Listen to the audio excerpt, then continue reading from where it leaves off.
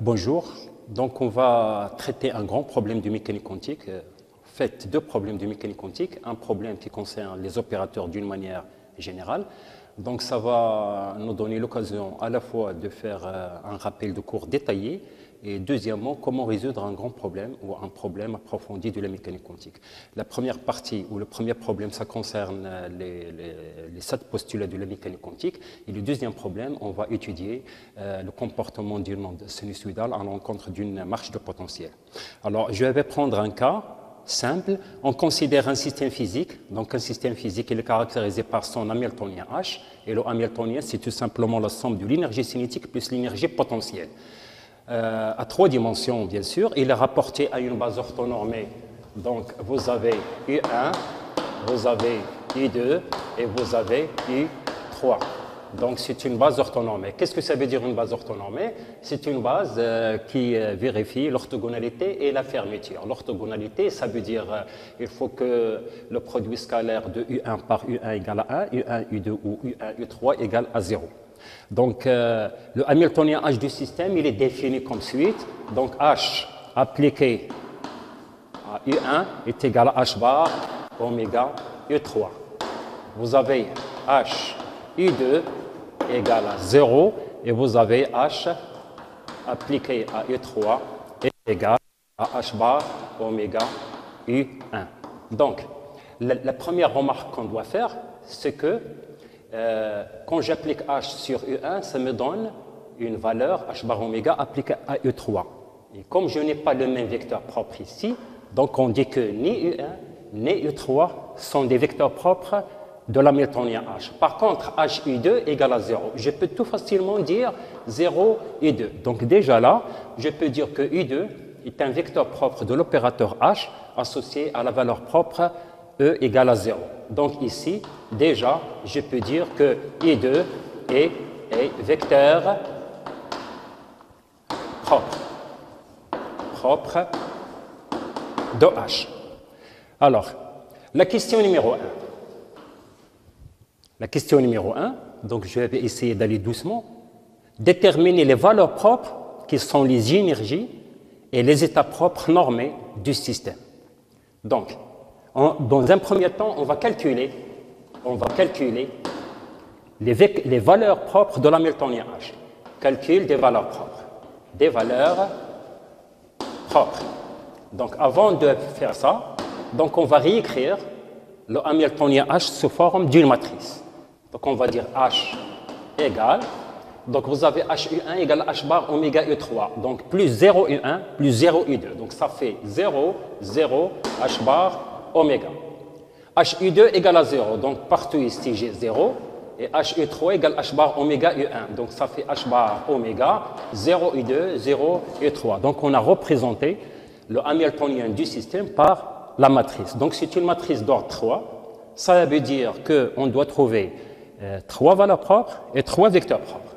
Alors, pour calculer les valeurs propres, on a vu dans le cours qu'il faut qu'on cherche le déterminant de H moins lambda I égale à 0. Ça veut dire quoi? Ça veut dire moins lambda 0 H bar oméga. Vous avez 0 moins lambda 0. Vous avez 0, H bar oméga 0 moins lambda qui doit être égal à 0. Donc, par une astuce simple, nous avons moins lambda, vous avez moins lambda H bar oméga, vous avez H bar oméga moins lambda qui doit être égal à 0. Ce qui nous donne facilement lambda au carré, donc ça fait lambda au carré, moins H bar carré oméga au carré égale à 0.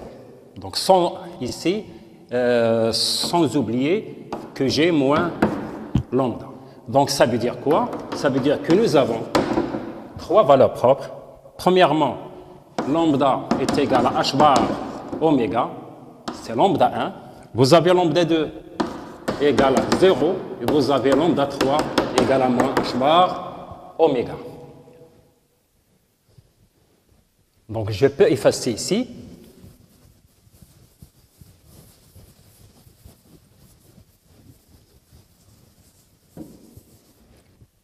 Et comme c'est un hamiltonien du système, on va dire lambda 1, c'est E1 égale à H bar oméga. Et on va dire E2 égale à 0. Et on va dire E3 égale à ma H bar oméga. Donc ça, ce sont les trois valeurs propres de l'hamiltonien H. Maintenant, on va passer à la détermination des vecteurs propres. Donc on va passer à la détermination des vecteurs propres. Donc les vecteurs propres de l'hamiltonien H, ce sont des vecteurs qui peuvent s'écrire sous la forme. Donc je vais faire le cas général, je vais appeler ça phi indice k, au k est égal à 1, 2, 3, est égal par exemple à k u indice k, u1 pardon, plus b indice k u2 plus c indice k u3. Alors pour mieux comprendre, si k égale à 1, ça veut dire que nous avons phi 1 est égal à 1 u1 plus b1 u2 plus c1 u3.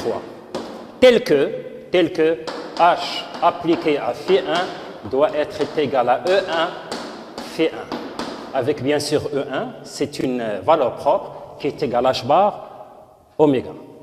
Donc l'étudiant, il est censé trouver la valeur de A1, B1 et C1 pour définir le premier vecteur propre. Donc qu'est-ce qu'on va faire? On va écrire ce qu'on appelle l'équation séculaire. Alors qu'est-ce que ça veut dire l'équation séculaire? Elle est de la forme H indice phi k est égal à EK indice phi k. Alors ça veut dire quoi? Ça veut dire que phi k, ce sont les vecteurs propres de l'hamiltonien H associés aux valeurs propres EK. Et déjà là, si je prends k égale à 1, dans notre cas, nous avons h phi 1 est égal à E1 phi 1. Donc on a vu dans le cours que les vecteurs propres, ce sont des matrices colonnes. Et comme nous avons H sous forme matricielle, donc on va faire le calcul d'une manière la plus simple, sous forme matricielle. Donc, on a déjà vu que ça nous donne 0, 0, H bar oméga. Donc, je recopie la matrice représentative de l'hamiltonien H, 0, 0, 0, et vous avez H bar oméga, 0, 0. Donc, je l'applique sur le phi 1 qui est une matrice colonne. Donc, nous avons A1, B1, C1. Donc, ça vous fait A1, B1, C1 égale à la valeur propre E1 qui est égale à H bar oméga. Vous avez A1, B1, C1. Donc, c'est assez simple. Donc, on va résoudre ça d'une manière simple. Donc, 0 A1 plus 0 B1, il me reste H bar oméga C1. Donc, H bar oméga C1 est égal à A1 H bar oméga, égal à A1 H bar oméga. Je simplifie, ça veut dire que A1 égale à C1. Je passe à la deuxième, 0 A1 plus 0 P1 plus 0 C1, c'est-à-dire 0, il doit être égal à B1 H bar oméga. B1 H bar oméga. Ça veut dire que B1 égale à 0. Donc ça veut dire quoi? Que le vecteur propre que nous cherchons, il est de la forme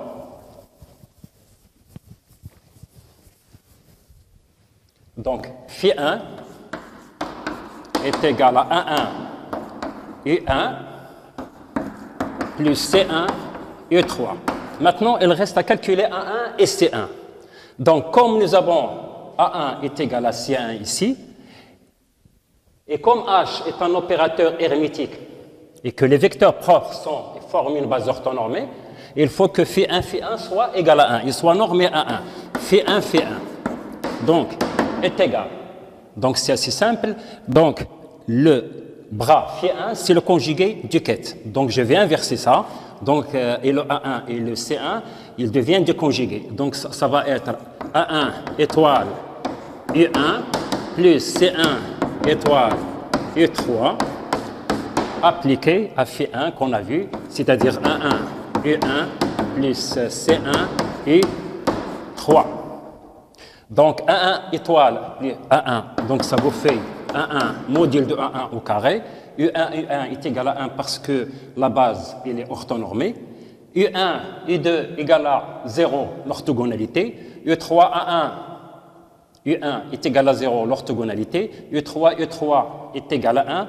Il me reste plus module de C1, au carré. Et comme nous avons déjà vu que A1 égale à C1, ça veut dire que le module de A1 égale au module de C1. Donc ça veut dire, ceci doit être égal à 1, ça veut dire que 2 fois module de A1 au carré est égal à 1, donc A1 est égal à 1 sur racine de 2, logiquement fois exponentielle I une phase, mais qui n'a pas de signification physique. Donc on trouve que A1 est égal à 1 sur racine de 2, qui est aussi égal à C1. Donc on peut déduire directement le premier vecteur propre de l'hamiltonien H. Donc on a trouvé le premier vecteur propre qui n'est rien d'autre que Φ1 est égal à 1 sur racine de 2 U1 plus U3. Parce que A1 égale à C1 égale 1 sur racine de 2. Donc on va passer, donc ici nous avons trouvé pour la valeur propre 0, on a vu que H bat à H U2 égale à 0 U2, ça veut dire que le deuxième vecteur propre est égal à U2. Bon, ça, on l'a vu. Donc, si vous vous souvenez, on a dit que H U2 égale à 0. On peut dire ici U2. Donc, U2 est vecteur propre de H avec la valeur propre U2 égale à 0. Donc, Φ2 est égal à U2. Il nous reste Φ3, tel que H Φ3 est égal à E3 phi indice 3. Donc la même chose avec E3 est égal à moins H bar oméga. Donc si je fais le même calcul, nous allons trouver 0, 0 H bar oméga, 0, 0, 0 H bar oméga 0, 0. Vous avez ici, on va dire A3, B3, C3 égale moins H bar oméga. Vous avez A3, B3, C3. Le même calcul, simple, il va nous donner la valeur du troisième vecteur propre qui est égal à Φ3. Donc, le même traitement du calcul, 0 A3 plus 0 P3, il me reste H bar oméga C3. H bar oméga C3 est égal moins H bar oméga A3. Moins H bar oméga A3. Je simplifie, ça veut dire que C3 est égal ou A3 est égal à moins C3. Je passe à la deuxième. 0 A3, 0, 0 est égal à moins H bar oméga B3. Donc moins H bar oméga B3 égale à 0. Ça veut dire que B3 égale à 0. Ça veut dire que le troisième vecteur propre, il va s'écrire sous la forme A3 U1 plus C3 U3. De la même manière, il faut que l'étudiant sache comment on calcule les coefficients A3 et C3. Donc il y a une seule relation à faire. Il faut que Φ3 doit être égal à 1. C'est la condition de normalisation parce que les vecteurs propres de l'hamiltonien H doivent former une base orthonormée. Donc du même calcul, la même chose que précédemment, on va trouver A3 au carré plus C3 au carré est égal à 1. Ça veut dire que 2 A3 au carré, A3, ici, vous avez A3 égale à moins C3, donc valeur absolue ici, module égal à 1, est égal à 1. Ça veut dire que A3 est égal à 1 sur racine de 2 fois un exponentiel d'une phase, qu'il n'a pas de signification physique pour notre problème. Donc si je résume, on va trouver que Φ3 est égal à 1 sur racine de 2. Vous avez U1 et comme C3 égale à moins A3, donc ça va être moins U3. L'étudiant doit vérifier ses résultats. Φ1, donc ici, Φ1, donc ça veut faire 1 demi. 1 plus 1 égale à 2, donc 2 fois 1 demi égale à 1. Φ1, Φ2, U2, U1 égale à 0, U2, U3 égale à 0. Donc, l'orthogonalité. Φ3, donc ça vous fait, donc si je multiplie par le conjugué, donc ça vous fait 1, ça fait 2, fois 1 demi, ça fait 1. Par exemple, fait 3 fait 1. Donc 1 sur racine de 2 fois 1 sur racine de 2, ça fait 1 demi. Vous avez ici 1, 0, 1, donc ça fait 2 fois 1 sur 2. Mais il y a un signe moins, ça veut dire 1 moins 1 égale à 0. Donc il vérifie l'orthogonalité. Donc fait 1, fait 2, fait 3, ce sont les 3 vecteurs propres de l'Hamiltonien H. Une petite remarque, H est un opérateur. Premièrement, c'est un opérateur hermétique. Donc, si je recopie le H, c'est-à-dire pour que l'étudiant comprenne mieux, 0, 0, H bar oméga, 0, 0, 0, H bar oméga, 0, 0. On constate que H est un opérateur hermétique. C'est un opérateur qui s'écrit sous forme d'une matrice. Un opérateur hermétique, il faut que H soit égal à son adjoint. Ça veut dire quoi son adjoint? Il faut que le conjugué du transposé de la matrice soit égal à la matrice initiale. Donc on remarque que tous les éléments de la matrice sont réels. C'est une matrice orthogonale, donc c'est un opérateur hermétique. Deuxièmement, parmi les caractéristiques d'un opérateur hermétique, il faut que les valeurs propres de cet opérateur ils doivent être réels. Et on constate que les 3 valeurs propres qu'on a trouvées, E1 égale à H bar oméga, O2 égale à 0, O3 égale à moins H bar oméga, ce sont des réels. Donc c'est un opérateur hermétique. En plus, puisque les vecteurs propres de l'Hamiltonien H forment une base orthonormée, on dit que l'opérateur H est une observable. Donc on passe à la deuxième question. Donc ça c'était la question numéro 1. Donc ça c'était la question numéro 1. Maintenant on va passer à la question numéro 2. Maintenant on va passer à la question numéro 2. Donc la question numéro 2, je vais lire la phrase. On considère maintenant un opérateur LZ qui est donné par LZ égale, donc je vais introduire le H bar ici directement, donc ça me fait H bar 0, 0, 0, 0, 0, 0, 0 moins H bar. Montrer que LZ est une observable. Question numéro 1. A. LZ est une observable. Est-ce que LZ est une observable? Alors, rappel de cours. LZ, pour que LZ soit une observable, premièrement, il faut que l'opérateur LZ soit un opérateur hermétique. Deuxièmement, il faut que les vecteurs propres de LZ forment une base orthonormée. Alors, l'étudiant, quand il voit ça, il remarque que LZ appliqué à U1 égale à H bar U1 plus 0 U2 plus 0 U3. Donc, ça vous fait H bar U1. Si j'applique LZ sur I2, donc ça fait 0, 0 et 1 plus 0 U2 plus 0 U3. LZ appliqué à U3 égale à tout simplement donc 0 U1 plus 0 U2, donc moins H bar et 3. Donc qu'est-ce qu'on constate? U1, U1, 0, donc ça fait 0 U2, et vous avez U3 et 3. Donc on dit quoi? Que la base orthonormée de départ, U1, U2 et 3, forme, c'est une base qui est orthonormée.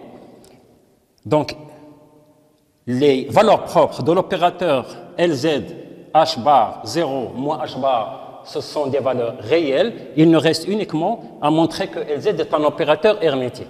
Et là, on constate sans se casser la tête que H est un opérateur hermétique parce que c'est une matrice qui est nulle partout et que les éléments de la diagonale sont réels. Donc, donc LZ est une observable. On passe à la question B. La question B. On suppose qu'à l'instant t égale à 0, le système il est dans l'état. Donc le système il est dans l'état psi t égale à 0 égale à U1. Donc on a vu dans le cours que un système physique il est caractérisé par un Hamiltonien H, qu'on a dit que c'est la somme de l'énergie cinétique plus l'énergie potentielle. Donc on définit un état initial caractérisé par psi de t égale à 0 ou bien psi de t égale à t0, ça dépend de l'énoncé du problème. Et on va passer à un instant t ultérieur qui est caractérisé par psi de t. Donc pour l'instant, on vous dit que psi de t égale à 0, l'état du système à l'instant t initial, c'est t égale à 0 est égal à U1. Et on mesure à cet instant la grandeur LZ représentée par LZ. Quel résultat peut-on trouver? Quel résultat peut-on trouver et avec quelle probabilité? On a vu dans le cours de la mécanique quantique sur les postulats de la mécanique quantique que tout ce qu'on peut trouver à partir d'une observable, c'est l'une des valeurs propres. Donc on dit que on ne peut trouver que l'une des valeurs propres de l'opérateur, c'est-à-dire de LZ, et qui sont H bar 0 moins H bar. Donc je répète, tout ce qu'on peut mesurer à partir d'une grandeur physique représentée par un opérateur LZ, d'après les postulats de la mécanique quantique, c'est l'une des valeurs propres qu'on a vues ici, H bar 0 moins H bar. Avec quelle probabilité? Donc maintenant, ça c'était la question B. Donc, les calculs des probabilités. Probabilité. Donc, on va calculer la probabilité. Donc, on a vu que la probabilité de trouver une valeur propre, c'est phi n, psi t égale à 0 module au carré. Ça, c'est un rappel de cours, c'est l'une des postulats de la mécanique quantique. C'est l'une des postulats de la mécanique quantique. Et bien sûr, dans notre cas, donc il faut faire, donc la probabilité, donc les AN sont n est égal à 1 ou 2 ou 3, parce que nous avons une matrice d'ordre 3, et les phi n, ce sont les vecteurs propres de l'opérateur étudié associé à ces valeurs propres. Par exemple, nous, dans notre cas, on veut calculer quelle est la probabilité de trouver H bar. Donc, LZ U1 est égal à H bar U1. Donc, si vous vous souvenez, on a dit que LZ U1 égale à H bar U1. Donc, ça veut dire que U1 est vecteur propre de LZ associé à la valeur propre H bar. Donc, P de H bar égale à tout simplement module de U1 psi T égale à 0 au carré. Et comme psi T égale à 0 égale à U1 est égal à 1 parce que la base est normée. Donc, ici, on va trouver tout simplement est égal à 1. Ça veut dire que la probabilité de égale à 0 et la probabilité d'égale à moins H bar automatiquement égale à 0. Si vous voulez vérifier, par exemple, la probabilité de trouver moins H bar, c'est U2 psi T égale à 0 au carré. Donc, ça vous fait U2 et psi de T égale à 0 égale à U1. Donc, c'est l'orthogonalité, ceci est égal à 0. Ça veut dire que quoi? Que la probabilité de trouver la valeur propre H bar, elle est maximale. Automatiquement, les autres valeurs propres sont égales à 0. La question C. La question C. On va calculer l'état du système à un instant T ultérieur. La question posée, quel est le cas psi de T décrivant l'état du système à un instant T ultérieur? Alors, on a vu d'après les postulats de la mécanique quantique que l'état quantique d'un système à un instant T ultérieur, elle est donnée par cette formule, K égale à 1 à 3 parce qu'on a une matrice d'ordre 3, CK de 0 parce que l'instant initial c'était T égale à 0, exponentielle moins EK T sur H bar, moins EK T sur H bar, phi indice K. Alors, les phi indice K, ça c'est l'état du système. Ça veut dire quoi? Ça c'est les énergies, c'est les valeurs propres qui sont les énergies du Hamiltonien. Et ça, ce sont les vecteurs propres de l'Hamiltonien H. Avec CK de 0, donc avec CK de 0, c'est tout simplement phi indice K, psi T égale à 0. Alors, comment on obtient ça? On veut calculer les CK de 0. Donc, on va actionner ou multiplier à gauche par phi indice K. Donc, phi indice K égale à 1. Et pour se débarrasser de l'exponentielle, on va mettre T égale à 0 qui caractérise l'état initial. K égale à 1 de 3 parce que la matrice est d'ordre 3. C1, CK égale à 1. C1 égale à phi 1. Si T égale à 0, on va le remplacer, c'est U1 égale. Alors, si vous vous souvenez bien, donc je le recopie ici. Donc, si vous avez une bonne mémoire, nous avons trouvé que phi 1 égale à 1 sur racine de 2, U1 plus U3. On a trouvé que phi 2 égale à 0 et on a trouvé que phi 3 Non, c'est I2, je m'excuse, I2. Et on a trouvé que phi3, c'est 1 sur racine de 2, I1 moins I3. Donc, on va calculer phi1, I1. Donc, il faut prendre, c'est-à-dire, ça c'est un quête, il faut prendre le bras. Et comme c'est réel, donc ça ne change rien. Donc, 1 sur racine de 2. Donc, ça c'est 1 sur racine de 2. U1 égale à 1.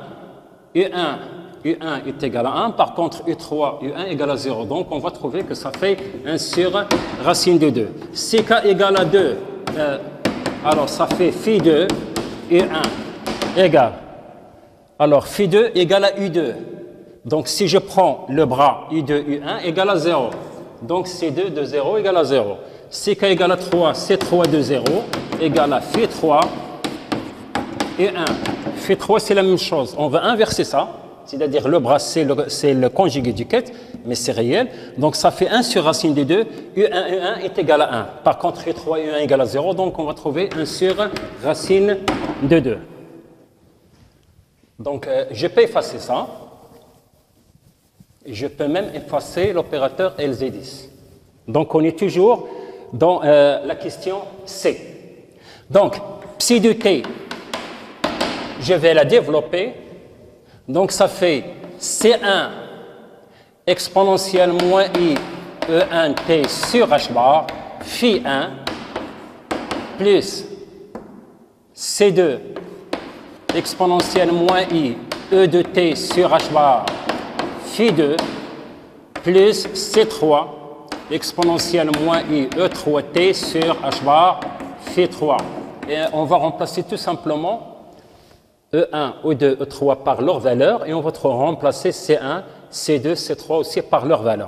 Donc psi de t égale, donc C1, ça vous fait 1 sur racine de 2, exponentielle E1 égale à h bar oméga.